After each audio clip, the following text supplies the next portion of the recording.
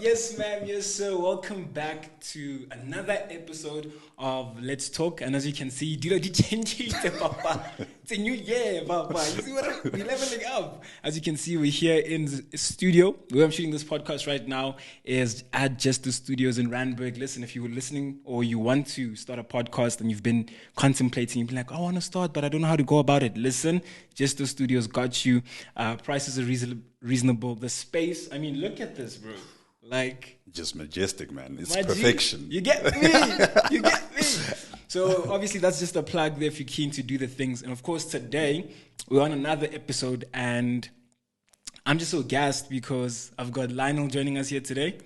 It's a pleasure to be here. I mean, we've been looking forward to this, bro, and it's finally here, and I'm just happy to be here, man. It's been long. It's been long. And of course we're going to do a bit of an icebreaker so people can get to know who's Lionel. Okay, you know, sure. Why is he here? But of course, if you don't know, we celebrated Valentine's Day this week, and as two lover boys, it's going to be an interesting chat that we're going to have here today. So, as an icebreaker, bro, I'd just like to ask my guest a few questions, right? Yeah. So the first one is, what's your favorite meal? I can't really say because I love food. So like anything that tastes good, anything that has been cooked well, I'll eat. But because I'm a Niger boy at heart, Niger boy, give me a plate of jollof rice and yeah. So I think I'd have to say give me a plate of jollof rice or give me a plate of a goose soup. I'll be ecstatic. All right. And then the color of your toothbrush?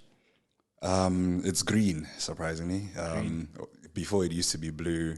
I don't know why I remember all the colors of my toothbrushes, but yeah, it's green. All right. How often do you change that, actually? Damn.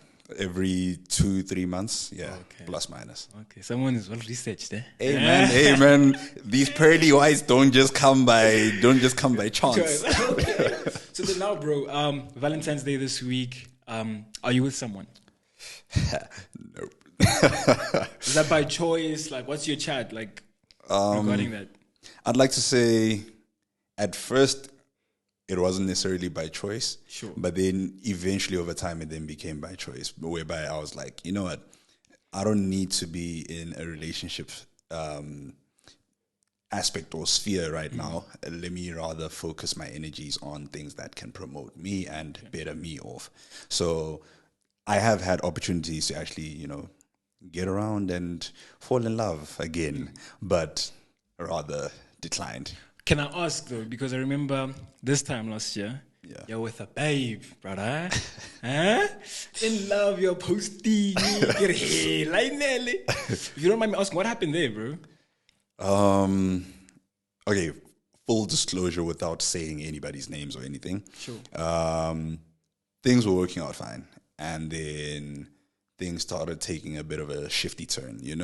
Every relationship faces its trials and tribulations and all that. And these trials are meant to test the relationship and test the strength of it, like the strength of the affections and all that. And I think for us, what happened is the test became too much for one party. And I don't blame anybody. I don't blame her. I don't blame myself. It's just something that happens in any relationship. And then we just had to part our ways and then go our separate ways. That being said, it took a bit of a toll on me, but we always come up on top eventually. You gotta stay strong and move past certain things that happen. And then, sure. All right, bro. Before we continue with the chat, my last icebreaker question is, why are you here? Because the reason I like to ask this question, especially when I have a guest or co-host or a guest here, is because a lot of people would just do things now. I was invited, but I think we all have agendas as to why we do things, right? Yeah. So for you, why are you here today? Well, I'm here because I feel this is the right place to actually voice out some things that people might not understand. Sure. First and foremost, the love aspect, as you know, as you're talking about. A lot of people don't understand love. A lot of people don't understand the poetry that comes after certain love situations and all that. But another reason is because I feel this would be the right place to tell people about how I ventured through that period in time into a new aspect of my life, that is combat sports and boxing. Yeah, I'm going to jump into that and all of that in a bit. But as you mentioned, Lover Boy, we celebrate love. What is it? I was going to say Lover's Day, Valentine's Day. Well, technically, Valentine's Day this week. So, as the Shakespeare you are, yeah. And this one was not in the prep, right? Yeah. But I want us. I don't know if you have your phone on you, right? Yeah. You do. Although it's like not on me, but it's here. Lionel, damn. I wanted you to give us a few. Do you know a poem that you've written, a love poem you've written off your head? Even if it's a few lines. Because I wanted you to read a whole poem, but damn, don't have your phone on you, Mike. Okay. I think I can wing something up. Okay. Only if you're joining. Oh, what do you mean now? Hey man, it's only fair. We're both poets, so okay, let me stanza. Let me do this, yeah? You just cook, nah? Yeah. Then I'll read a poem. Oh, fair. Yeah. All right. Let's see. If I could, I would carve your face on every mountain so that the whole world could see the beauty that I see every morning. If I could, I would plaster your smile on every star so that your smile is the constellation that we see every night. Wow.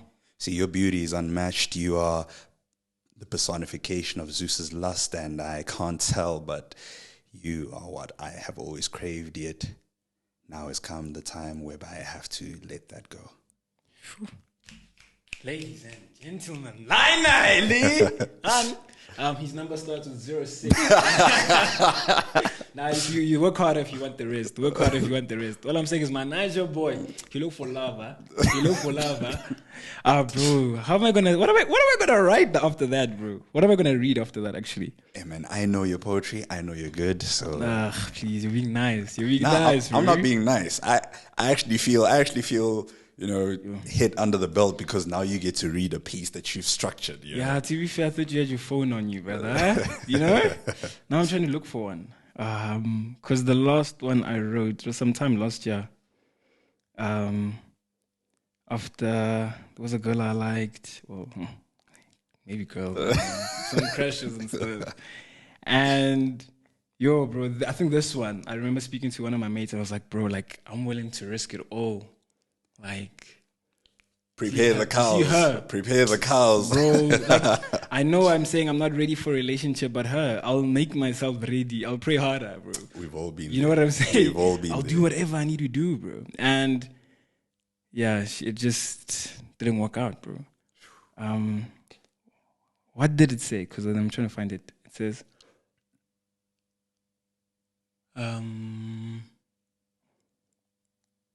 can't find it, bro. It's fine. But as I'm looking for it, yeah. Let's answer this question. In your previous relationship, or actually in your previous relationships, what is a lesson you've learned about yourself? The biggest one, and why? The lesson I've learned about myself is that I love hard and intentionally.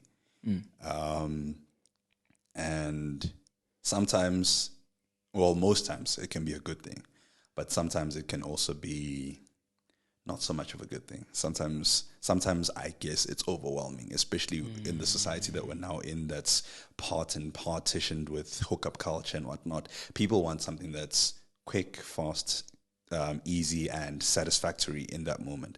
People don't want something that is more investment, like, even when you take it down to money and all aspects like that, people won't rather invest money so that it grows, or rather than win a quick bet or win a quick lump sum, quick fast like that. They'd rather choose the quick route rather than what could grow exponentially over time. So it's the same with relationships. I'm one person whereby once I'm in, I'm fully invested. I could go head over heels and do everything, move mountains even. But I guess it becomes overwhelming sometimes to the person that I'm with. So I realize, maybe this whole nonchalant thing that gents are on, it's not so bad. It's not so bad. You know, it kind of keeps things contained so that it's not overwhelming. Like she'll know enough that I love her, but then. But I feel like that's a thin line, bro.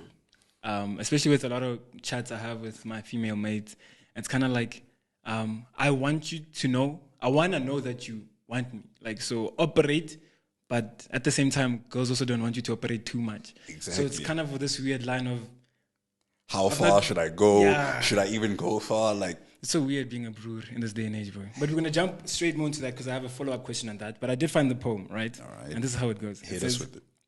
You basically turned me down. Said no to a forever with many possibilities, positive or negative. Lately, rejection is a way of life. Maybe I just need to change my perception of romance. Not particularly take a stance, but figure out a new tune to which my body would love to dance. Honestly, after this, the idea to love again has got me in quite a state.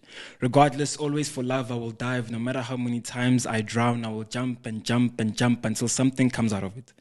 If foolishness is doing the same thing and expecting a different result, call me a damn fool. For me, it is true. I don't blame you. I blame myself for holding a tight grip on the ideas of love that live in history, hoped for the future, and die in the present.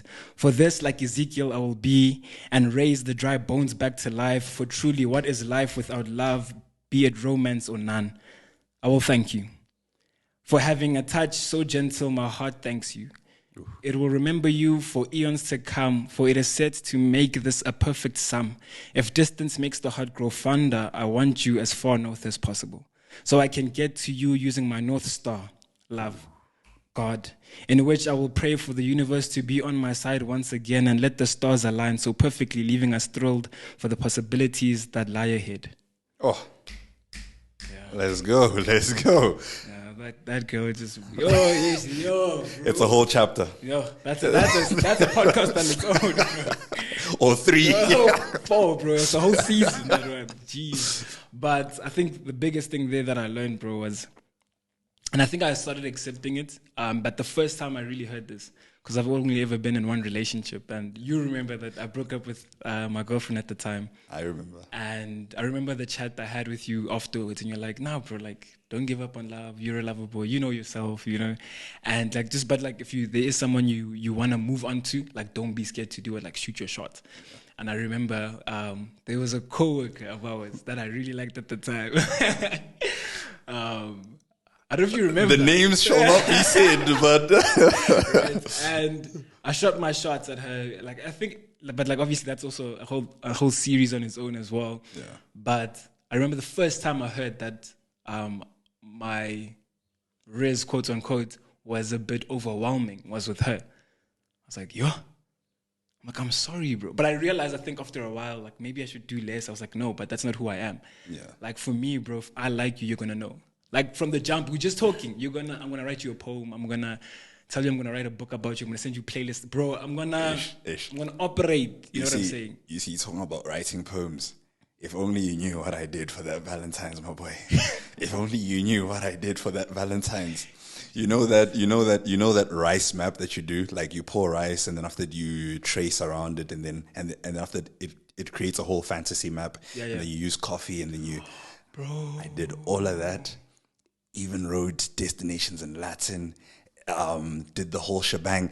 Even drew. Dude, I tell you, I haven't drawn anything since. Sure. And then that was my first time drawing again. And I drew this other heart with the dagger in it and whatnot. And then at the back, wrote a perfectly curated poem. Like I say, I do so much. And I feel like doing so much is what's killing me.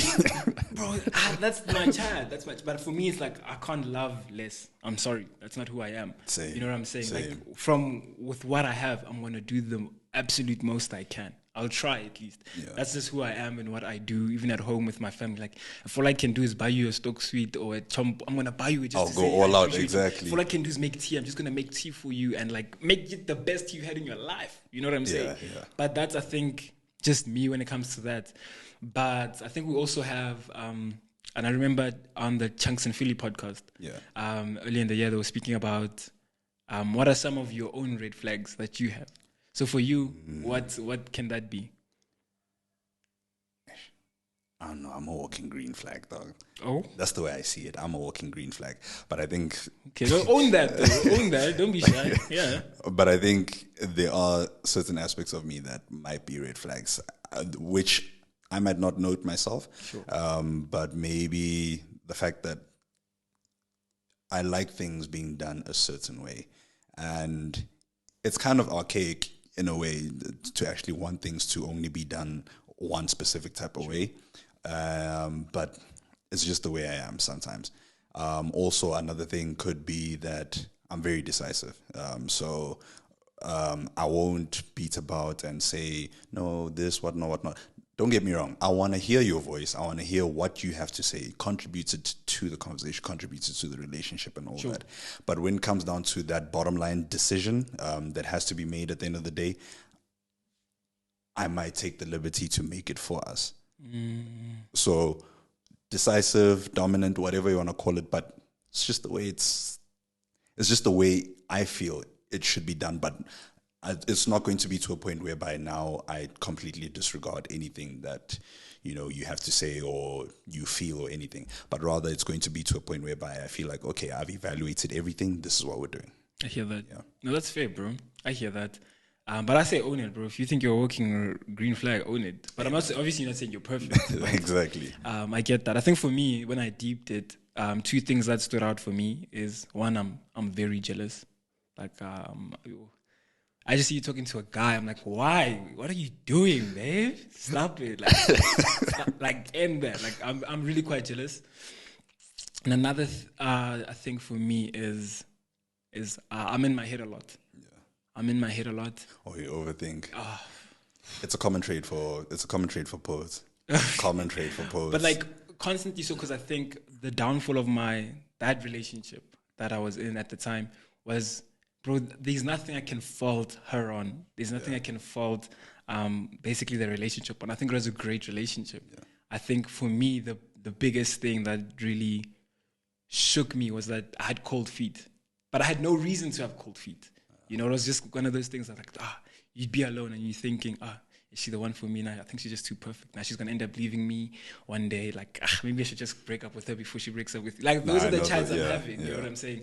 And I think over time, those little chats became bigger and bigger. And then they became the dominant thoughts in your mind that then every time you see her now, it just flashes in. Now I'm crying. Yeah. Like, I'm just like, I love you. And she's like, I know. Bro, I love you. Like, you don't like you don't get it. Like, please don't leave me. Like, yo. So I think that's it. But then I think that leads to a third one.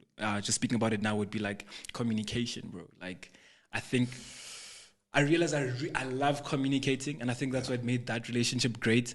But I don't think I was as communicative, if that's a word, as I should have been. Because I feel like if I had, like, from the get-go when those thoughts started coming up, and I just had that chat with him, be like, yo, babe, like, this is how I'm at. I don't know how it would have been, but I think it would have helped a lot more, though. I think in all fairness, most guys are like that, whereby we believe that we express everything and that we share everything with our significant others. But then there comes a point whereby we start withholding certain information because we feel like if I tell you this much, it's going to be a burden. Mm-hmm. So I've also seen it in my relationships whereby I'm an open book, right?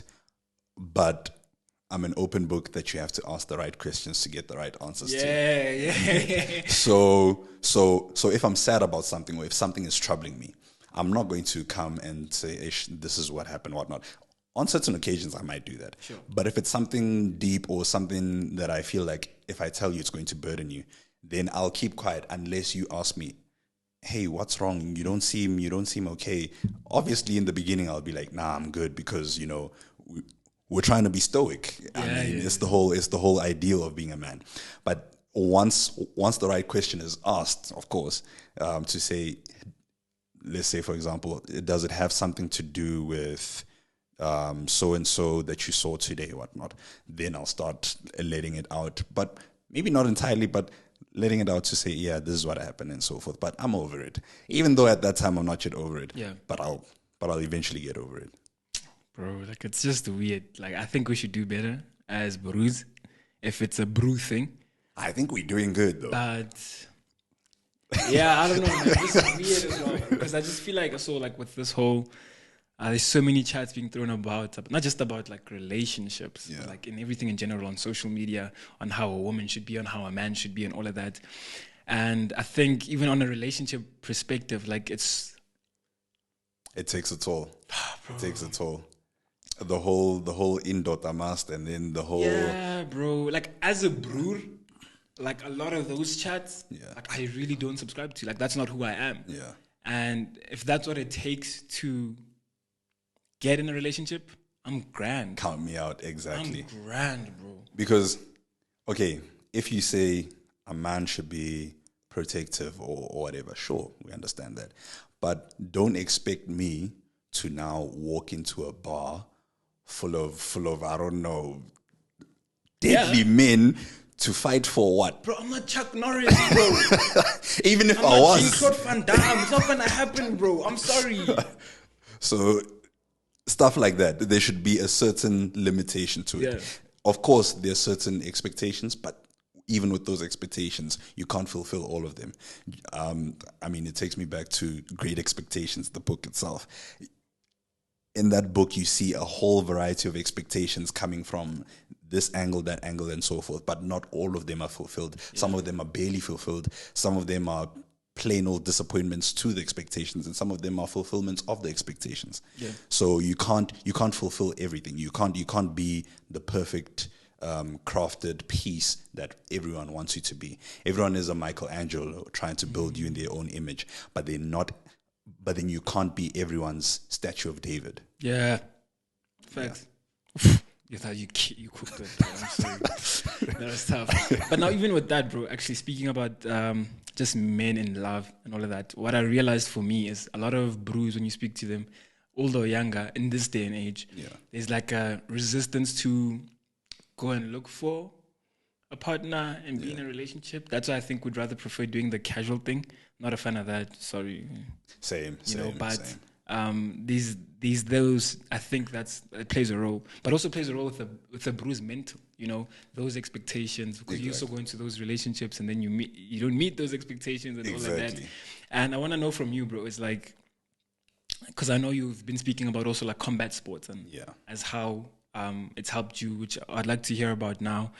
But I feel like as men, also we know that Bruce, we don't talk much. We don't deal with stuff much. Even so that it's one of the highest killers of men. Is suicide. So with you, bro, like how has combat sport helped you in general with your mental, with who you are? Also after that relationship that you spoke about, because you did mention that afterwards, that's kind of the route you got into. And just share more about that, brother. Okay, so to jump into it and to just put it plain and simple, after that relationship, I went into a zone whereby my poetry didn't suffice as an outlet anymore. My poetry is not just poetry for me. Yes, for others, it's words combined together and so forth with certain emotions, visual illustrations that give you a certain, sense of feedback and all that. For me, it's more expressing something, and hence why I've actually taken to now trying to, let people hear it more, but it's more expressing what I'm feeling in that moment. In that moment, I was feeling so much, but then I couldn't express it. It wasn't even writer's block. It's just that I would try to write something and my poetry would go off a tangent and I wouldn't feel fulfilled. I wouldn't feel like I actually expressed it. And talking to someone is a nice thing. I don't want to lie. I would have loved to have someone to talk to and be like, this is what happened and whatnot. But then at the same time, I also felt like at that time it wasn't going to do me justice, because I was going to talk and feel like I'm not being heard per se, but then still keep talking. So I'll admit there was also a bit of added motivation from watching Creed 3. Beautiful movie. I've always loved all the Creeds. But then I said, okay, I've actually loved the sport boxing, but I wasn't like deep into it or anything of the sort. Sure. I would just watch here and there and, love the head movement and punching and all that.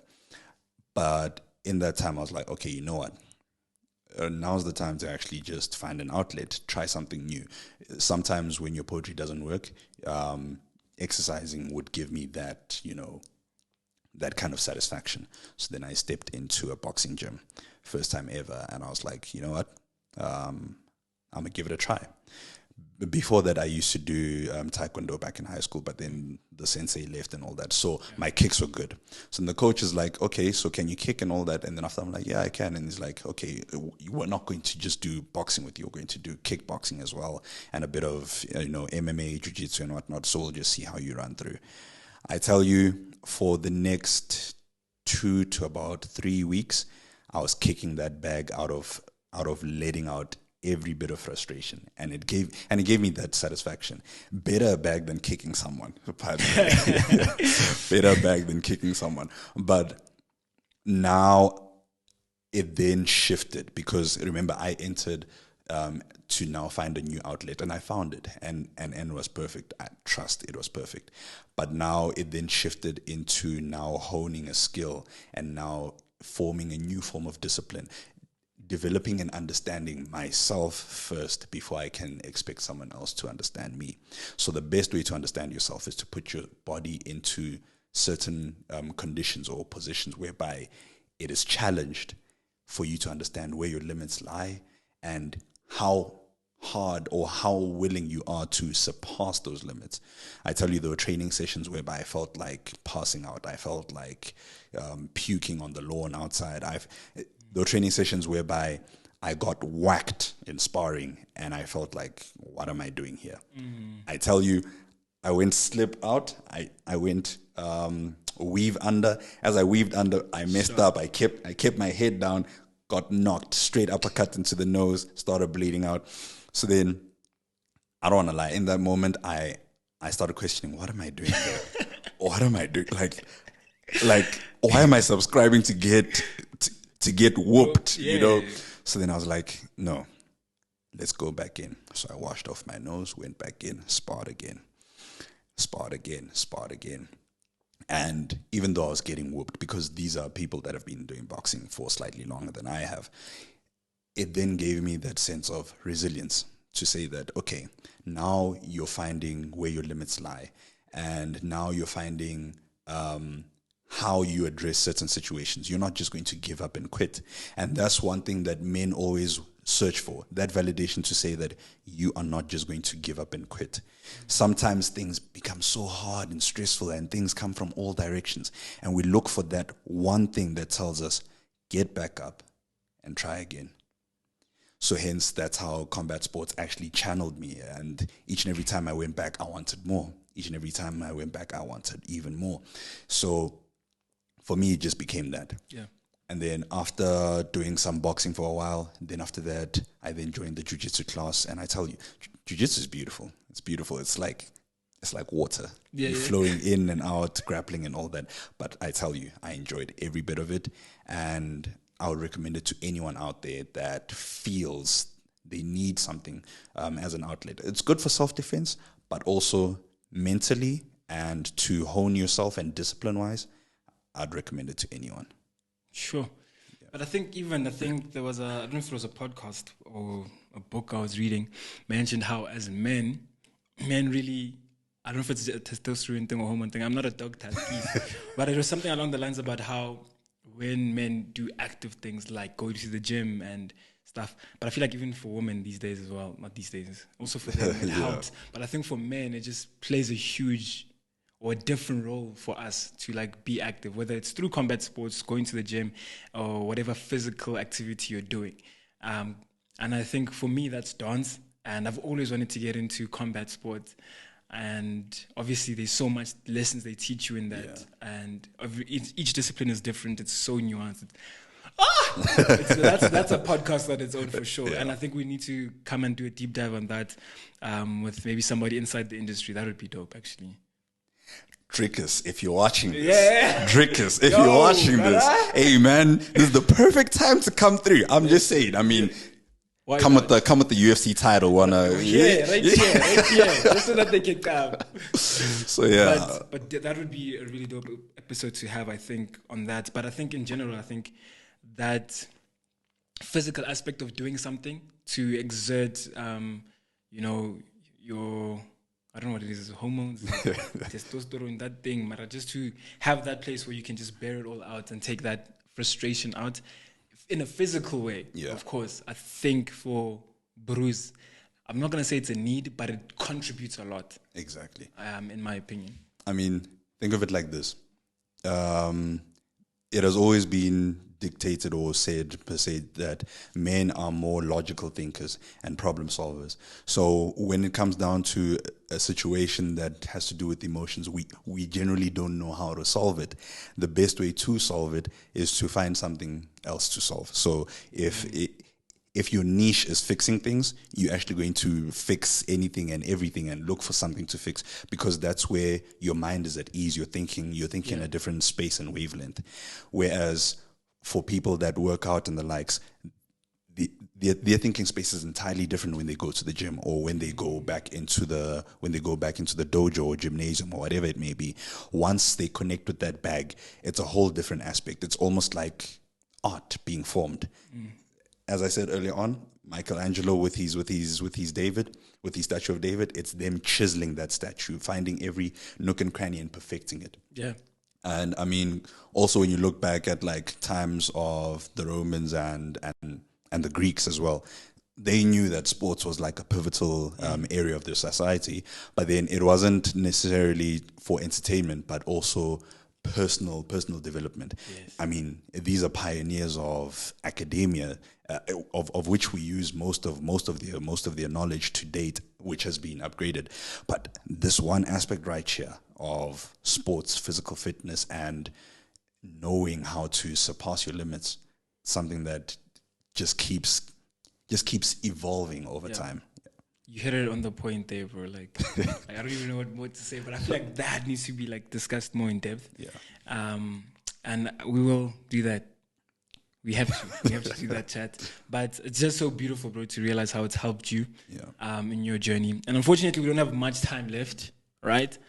So what we're gonna jump into now is confessions. So with confessions, it's a feature we used to do on radio. When I used to do on radio. I remember. Yeah, confessions corner, but you know, we want to do a few confessions, Valentine's confessions, and we're just going to share our 2 cents on them. Are you ready? Oh, I'm ready. Born ready. Right. So the first one says, am I an asshole for wanting to break up with him before Valentine's Day and his birthday because things are a bit, before Valentine's Day and his birthday, because things are a bit rocky between us and I don't want to waste my money if this isn't going to last anyways. That's actually a bit crazy. Now she's thinking like an economist. No, genuinely. She's thinking with the pocket, my like, brother. My money? Hell no. Like, I'm tired. And you know, that's what has always bothered me. People that are born on Valentine's, like, what am I supposed to do? Like, get you a gift and then get you another gift? Bro, it's like people born in Christmas as well. Like, what are you doing? Like, why? Or even if you're born just like before and immediately after, now I have to compensate for both of the days. Nah. We're not doing. If you are one of those special people, one gift. How to being fair? Nah, honestly speaking, just get a birthday somewhere deep in the year, dog. Like, exactly. Otherwise, we're not. But I don't know, bro. This is weird for me, bro. Like, to me, it sounds like you don't want to be in the relationship and you don't want to spend money. So it's chai. If you really wanted to be in the relationship, and if you really loved them, you wouldn't be thinking like an economist. You wouldn't be thinking, how much can I save? But, exactly. But then again, in South Africa's economy right now, I mean. But I feel like if it's a money issue, just tell your partner, be like, babe, all I can afford get chomp. Hardy. Exactly. Hardy. Next year get all sort of fresh. No. I'm sorry. You know what I'm saying? Yeah. If it's a money thing. But to me, it doesn't sound like a money thing. If you're already saying you want to break up before Valentine's and his birthday. Oh, it's shaking. You're not even talking about it. You want to break up. Let's not even forget you don't want to spend money. You remember that communication aspect that we were talking about? There it is right there. Just talk to your partner. Exactly. Oh, I actually saw something. Somebody was saying on Twitter, like it must suck not be able to communicate with someone you love or someone you want to spend the rest of your life with. You know what I'm saying? So like your partner or like your mates, if you can't talk to your mates or your partner or your family. Yeah. And obviously that's also nuance in terms of like the relationship, but like the thoughts of not being able to talk to those people, to me it's quite bizarre. Now of course there's like it's unique per individual. Exactly, and certain boundaries that you put people, up exactly, depending on what's going on. But I just feel like in general, you need to make an effort in those relationships, especially if you're thinking they're long-term relationships. You make an effort to keep them going. Exactly, yeah, I hear you. So speak to them. Just my baby is. Yeah, it's like this. Anyways, the second one is I really don't know how much longer I can go on. I have no life. I have no reason to go out. No one to go meet and catch up with. I have no life and I can't take it anymore. My family asks why I never leave my room. And honestly, it's the only place that I feel like I belong. The only place that gives me that tiniest morsel of happiness and peace. Yo. Habibi, come to the gym. Yo. Yeah. The reason why I'm saying so is because if you actually check, most people that go to the gym, as much as they work out alone and all that, you'll always find friendly people in the gym because everyone is, going through their own stuff or whatever. So just go to the gym, you'll find friends there. And then after that, exactly. Because after you work out, you're like, I did something. Exactly. It gives you that. Yeah, I agree. Maybe join a gym, bro. I agree. I wouldn't recommend going to like a bar or something because that's like backsliding. Yeah. So I'd recommend just step out. Yeah. I mean, the best way to go about that, step out of your comfort zone. That's actually something we need to address. This generation and using groove and alcohol to cope. Guys, let's find better ways. 2024. And you're still coping with liquor. No ways, Oaks. By the way, this is water. It's 2024. By the way, if you're wondering, 2024, you want to go to a yep? Oh, I think that's really something we need to deep dive, bro. Yeah. Like, healthy coping mechanisms. Like, I know it's all jokes and all, but it's really very bad, serious, bro. Like, first year, second years, high school kids. Dude, we're not just talking about the youth, we're talking about the elderly, we're talking about everyone, upcoming, outgoing, everyone. I think, I don't know what can happen, but I think that's an issue that needs to be... Well, with the rise of social media and all that, I'm actually loving the fact that most influential people or influencers and the likes are actually pushing this whole gym... gym talk thing that they're moving with, because now it's pushing people to, try something active and all that rather than drowning their sorrows at the bottom of a bottle. Word. Anyways, the next one here says, I feel that my boyfriend is way too close with females. He has a girl best friend, a big sister, and some other girls he keeps contact with. I don't want to sound insecure, but being nice to a lot of girls while you have a girlfriend is wild. He has no respect for me. Oh, my days. You know what the funny thing is, actually, is I've gotten this a lot. Yeah. A lot of, because I do have, I'm acquainted with a lot of females. And but it's understandable with you because you come from a household that has mainly females. And then when you step out, it's easy to associate with females. It really is, bro. Like, my sisters are my best friends. Exactly. High-key, my mom, it's easy to chop chats with. Pops, it's a different relationship, but I get along with Pops. Exactly. Love my Pops. Bro, if there's a female and a brood, I'm going to go to the girls and be like, yo, what's up? High-key. Even, like, just on a platonic level. Yeah, I'm going there, bro. Nothing to bruise, it's just, I think that's how I am. Yeah. So, and a lot of female friends and a lot of acquainted girls, girls I'm acquainted with, always like, yo, dude, I feel sorry for your girlfriend or your future girlfriend because you're always chopping chats with girlies, bro. And I'm like, nah. Do you know what's mad? Walking with your crush or walking with your newfound girlfriend, right? Yeah.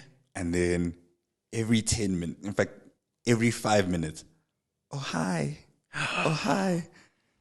You. Hi, Lionel. Yeah. And the worst part, they don't just say hi. They come in for a hug. They come in for the hug. And then now you gotta... And then now you gotta, act like you're not enjoying the hug, but then you've been enjoying all the hugs before.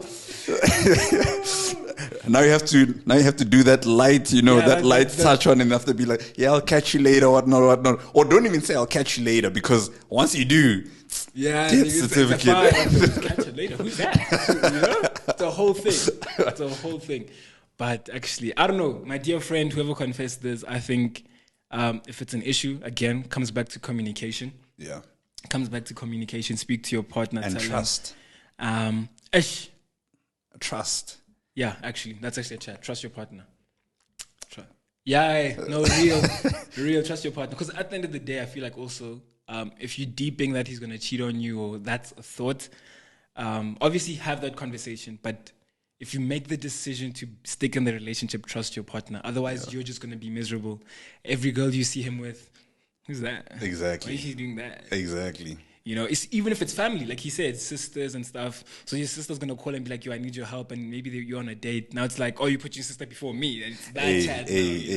So yeah, trust your cooking there. Yeah. Hey man, we've been lover boys. We've been through this, so we know the whole shebang. Although you do know, as gents, we say, if she has a male best friend, we know the door. For me, forget that. I don't even have a female best friend. What are you doing with the male best friend? Like, it's been good.